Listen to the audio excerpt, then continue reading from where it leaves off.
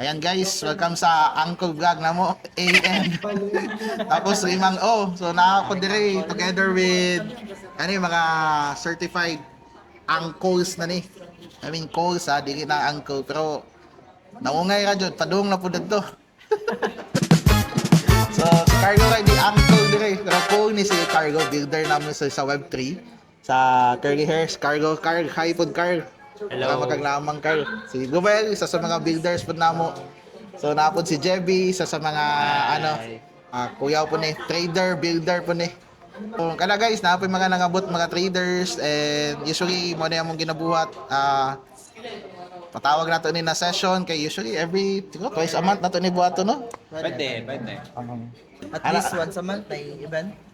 Once a month, yan na kape-kape, meet sa mga traders. At least twice a month no na event. So usually mag-share ta sa itong mga strategies kay usually si JB, unawa ta ka JB kay unsa man imong mga approach karon sa market, unsa man ang advice nimo sa mga how do you approach the market usually sa trade, unsa imong mga strategies para tips na niga, no?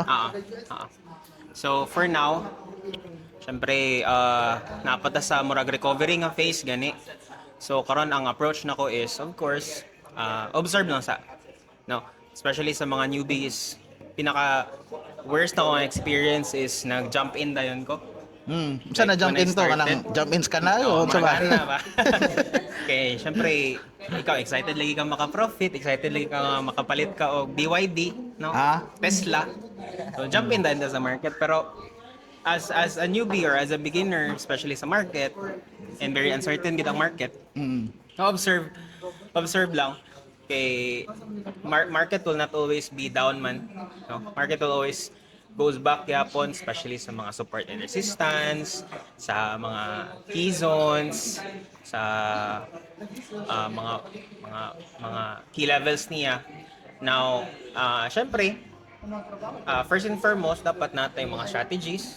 Sila naman. Unsa na imong strategies karon ginagamit? Right now is naga-use ko og Elliott Wave. Elliott Wave. Di yan yung sabi ni Siegfried Elliott Wave. No. No. Effective ba to yung Elliott Wave? Kasi usually nakikita ko talaga yan, lalo na sa mga prop firms eh. Oo. So, as far as ginayos na ko siya, effective man siya. Somehow, kay makita ginako ma-map na ko si market, makita na ko asa padulong, based off sa mga nahatag na ko nga mga insights previously, no, sa especially sa atuang group chats. I think tanan maka-attest man na. Wapo tayo mga entry, mga lalong. Nga makita ginato asa padulong si market because si Elliot is magatag siya og mapping sa imo, magatag siya og direction sa imo. Though it's not easy, no, wala man pud nako siya na-gets dahil wala nako siya nasabtan dayon ba I think Si Carlo gagamit ba sa Elliott Wave? nag-Elliot naman po si Carlo. Lowell. Lahat po ng kuan, katong pancake wave. Hinta man na. Lahat yun to, wala pa rin kayo nagamit. Oo. Lahat dito, kuan dito, key strategy to siya. So, so far, si market is nata sa recovery phase. I think, peak na siya pohon Gold gold. sa iyang low. Yes, kay gold specifically. Pero almost every market, same raman po ang lihok. Pero sa crypto, syempre, kung mo base mo na sa crypto, nag-base sila sa Bitcoin as a mother coin, syempre, di ba? So, muragi na base nila as kung unsay movement ni market, kung si Bitcoin pababa, like almost every coin sa pababa, so di ba correlated sila. So for now kay Bitcoin, I'm still seeing yapon bearish nga movement kay as you can see, kung tanawin mo sa chart karon na siya bearish flag. Naka-bearish flag siya, pasok pa siya sa channel. Now, kung mo exceed siya padulong 82 somewhere, then technically base na reversal. So daan ako makakita og reversal. 82k. Pag mag-82k, base natin reversal ana. Pero pag daily, pag mabasag niya ang 70-64, then we're seeing almost 60. around 40k. Worst na. Buti na nga, wala akong features grade sa BTC. Structure-based na siya and as well as pasok po siya sa counting. Okay. So inana akong mapping. Now, tips lang siguro, is kato galing as ingon ni Carlo is correlating tanan. Kung mo tanaw ka kay gold, it's the same movement pud kay silver. Mo tanaw ka kay Ethereum, it's the same movement with Bitcoin. Oo. So naga-correlate lang sila with each other, but now I don't know kung everyone will agree to it. And I think inverse ang movement ni gold o ni Bitcoin. Inverse meaning baliktad. Pabaliktad. Ah. So, still bearish man ko kay Bitcoin. So, technically, padulong na kulong kay gold. Okay. If dili niya mabasag si 4,100 na key level. Give and take sila, give and take. Oo.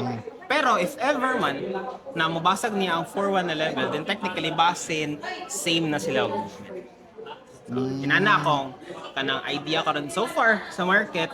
Now for newbies, of course, siyempre, learn kita, have the strategy. Okay, mao gina ang Isa sa imong Gab, sa imong trades o sa imong pinaka-kuan ba? Pinaka-memorable ba? Na ma-share memorable na nga sa... trade katong din ako. Makes sense. Yeah, kay Bigay ko sa to for like, unsa ba to nagos? Damaging ba to? Naputlan ba mo kurente ato dili pagkaugma? man on Unsa ba? damaging. Bearable lang man siya. No? Pero I think i-embrace na to tanang failures, embrace na to tanang mga losses na to. Kay wala man siguro ka nakahibaw gid og trading kung wala koy losses. I think dili ko mo focus sa strategy nako kung wala koy losses. Murag mao ang turning point sa ako ang trading kuan ba, trading life ba. Okay. Syempre, Makes sense. kung ikaw, kung daog ka, dili naman ka mo pursue other strats, dili naman ka mo deep dive, di ba? Daog good ka, so confident na kayo ka, cocky na kayo ka, pero kato. Karon na-overcome nga jud nimo. Like unsa tong mga losses nimo. Yes, break even ako sa tanang losses nako. With Pero gains pa. nabawi na ako siya kay gold. Okay. Ang build din ako na sa crypto tanan kaya medyo okay. volatile kita sa crypto. Lahi man si So lesson number 1, wag crypto. Ayaw, okay naman mag-crypto. As long as ang imong assets dira is ready ka, right? Feasible. Ready ka nga mawala anytime. Anytime. Reduce exposure kang siguro. Oo, Pag pwede po. Let's say don't go all in on crypto. Balance mo 'yon, 50% ka sa gold, 50% sa crypto assets, Oo, di ba? pwede din. Para hindi ka mawarsak. I think magdepende din sa risk appetite. Risk appetite. I think, 'di ba, may mga kuan man ta. May mga Norris na Ferrari. Pero no risk no Ferrari ka, edi all in kita na. Really? Joke lang. So, Pero, I think mo tong pinaka learnings dito na need to have losses of course.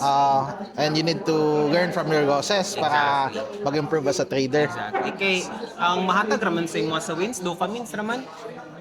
Right? Kani si Rowell, unsa na po yung mga strategy ni Rowell ginagamit? Kay kuyaw ni siya. Kuya man kay tirador man ni sa Davao.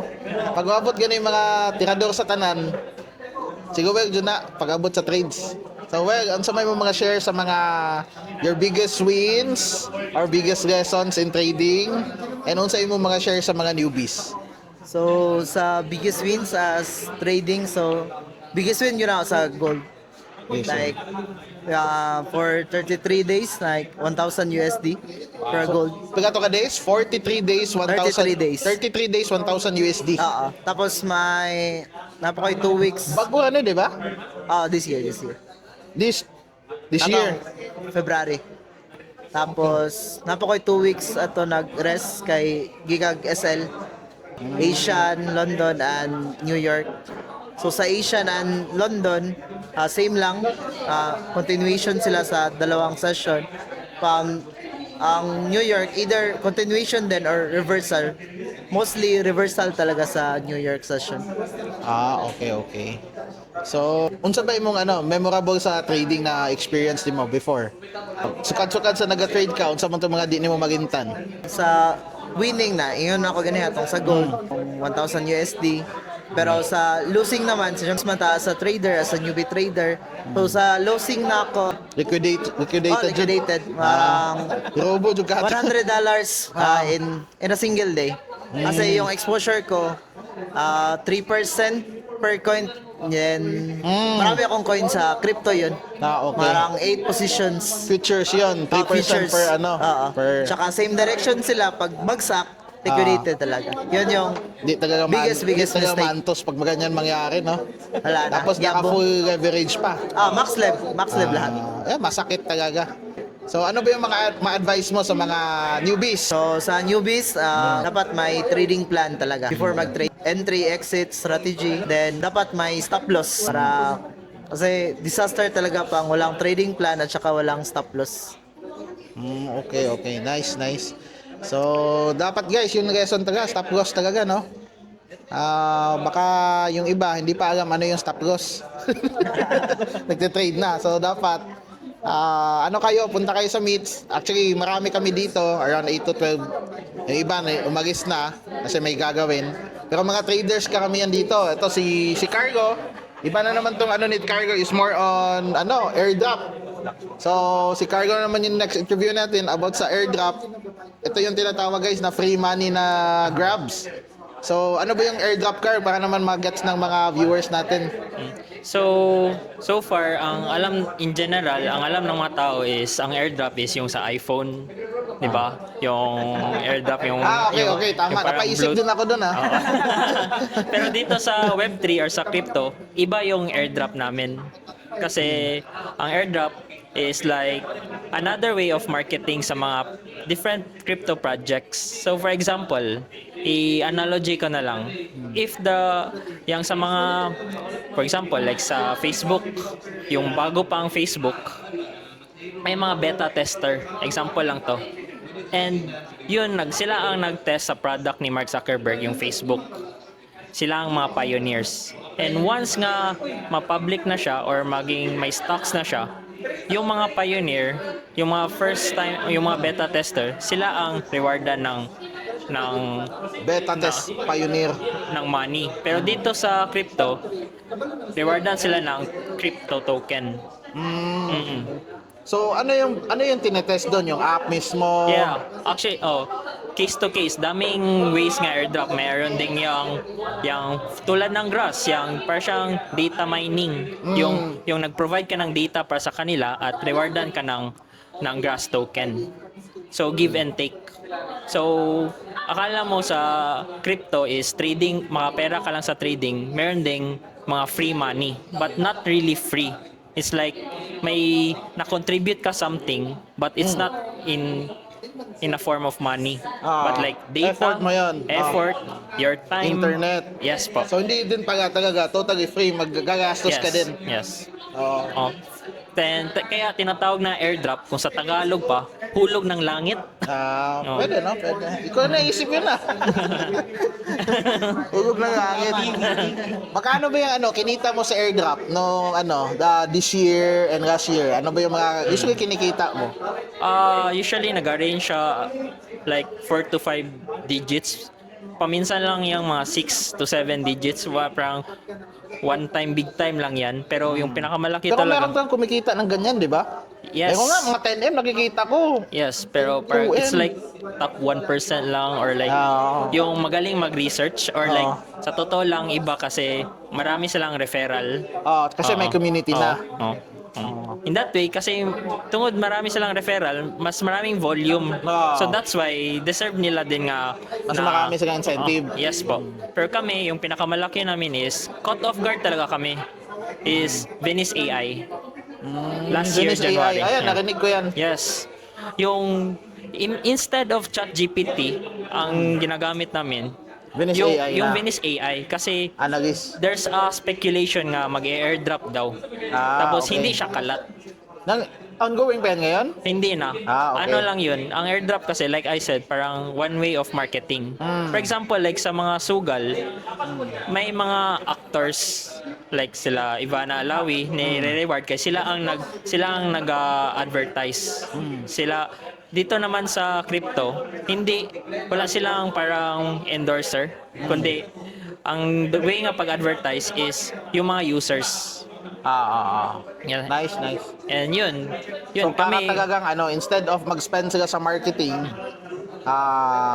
diretso na lang sa mga airdroppers or mga hunters Yes po. na para mas spread din yung brand Yes nila. po. reward system. Reward system. So, yun And- pala. Doon din ko na naintindihan. Akala ko, ano gang yan, random, ano gang yan eh. Random, parang ano, parang yung sa pesta, di ba, yung pabitin, ganyan-ganyan ko. Akala ko ganun gang yan. So ngayon, nag-gets ko pala na kailangan, you need to grind of it in a marketing way din pala. Meaning, hanap ka rin ng iba na mag-sign up sa affiliate links mo, para mas dumami, tapos may gadgets din and everything. So maganda yung ano. So ano ba yung mga papayo mo, Carl, sa mga gusto mag-airdrop? For now, since it's bear market kasi, so if bear market, wala masyadong airdrop.